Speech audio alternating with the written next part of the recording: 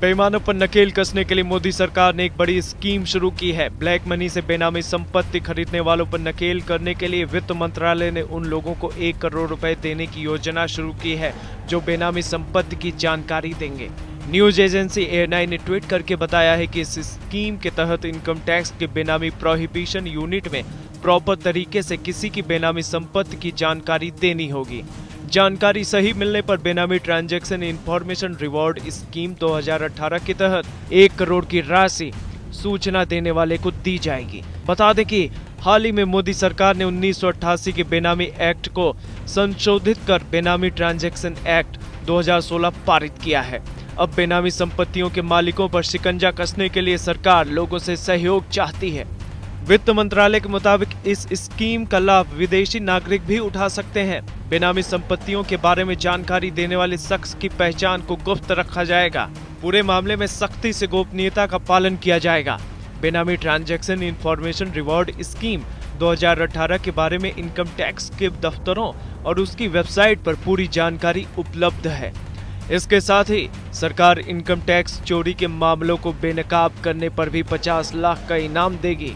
News agency ANI ने tweet करके बताया है कि 1961 के IT एक्ट के तहत सरकार ने income tax information reward scheme शुरू की है। इसके तहत अगर कोई व्यक्ति टैक्स चोरी के मामले की जानकारी आयकर विभाग के जांच निदेशालय में देता है तो उसे 50 लाख का इनाम दिया जाएगा।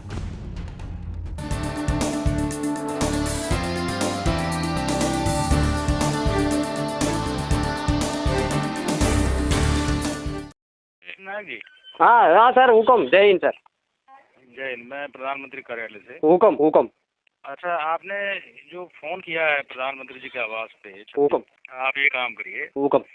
ठीक है, ये एक लाइन में हम ज्यादा एक्शन नहीं ले सकेंगे। आप एक काम करिए, एक चिट्ठी बनाइए, लेटर दीजिए।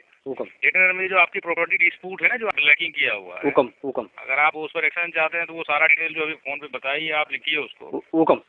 और लिख के और उसमें लिखिएगा मेरी जो है मेरा आइडेंटिटी को जो है मैंने जो आइडेंटिटी है उसको गुप्त रखा जाए। हुक्म।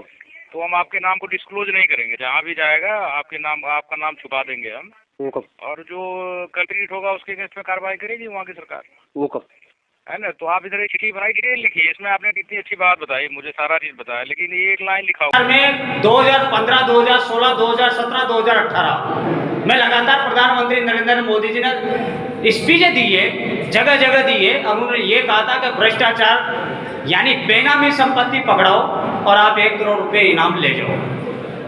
राजस्थान से एक इनकम टैक्स कमिश्नर 2015 में CBI द्वारा गिरफ्तार किया था। उसके पास 1200 करोड़ की बेनामी संपत्ति जब्त हुई है। 2023 में उसको आरोपी मानते हुए जेल भेजा है। क्या उक्त व्यक्ति को कुछ नहीं मिलना चाहिए? पहली चीज। इसमें मैं सवाल नहीं समझ पाया, क्योंकि जो भी परसेंटेज की बात है, जो देने की बात है, वो प्रधानमंत्री जी अगर ओरल कहते हैं तो प्रधानमंत्री जी नहीं, मोदी जी। प्रधानमंत्री के पद में और मोदी जी में फर्क होता है हमेशा। व्यक्ति अलग होता है, पद अलग होता है। तो अगर मोदी जी अगर सच ना बोलें तो कोई पकड़ नहीं है, लेकिन अगर प्रधानमंत्री का ऑफिस कोई ऑर्डर पास करता है तो उसकी पकड़ होती है। ये महत्वपूर्ण बात है। अगर कोई ऑर्डर ऐसा पास हुआ तो वो निश्चित रूप से कानूनी रूप से बात है उनको वो परसेंटेज देने में। दूसरी बात, आपका सवाल ये है कि भ्रष्टाचार है नहीं, तो वही तो हम लोग कह रहे हैं कि नरेंद्र मोदी जी की किसी भी बात पे भरोसा करना, उनसे धोखा खाना है बड़ा, तो धोखा मत खाइए। उनकी किसी बात पे भरोसा करना ही मतलब अपने पैर पे कुल्हाड़ी मारना। सीधी से एक ही जवाब है। इस साल अब तक 11 महीने में 461 प्रकरण दर्ज हो चुके हैं प्रिवेंशन ऑफ करप्शन एक्ट के तहत, जिसमें 500 से ज़्यादा लोक सेवक और करीब 150 से ज़्यादा दलाल गिरफ्तार हो चुके हैं। सर, जैसा कि कोई व्यक्ति गोपनीय सूचना देता है ACP को और ACP उसमें कार्रवाई करती है और पकड़ा जाता है, तो ऐसे व्यक्ति जो गोपनीय जो सूचना देते हैं उसके लिए क्या रेस्पॉन्सिबिलिटी है सर?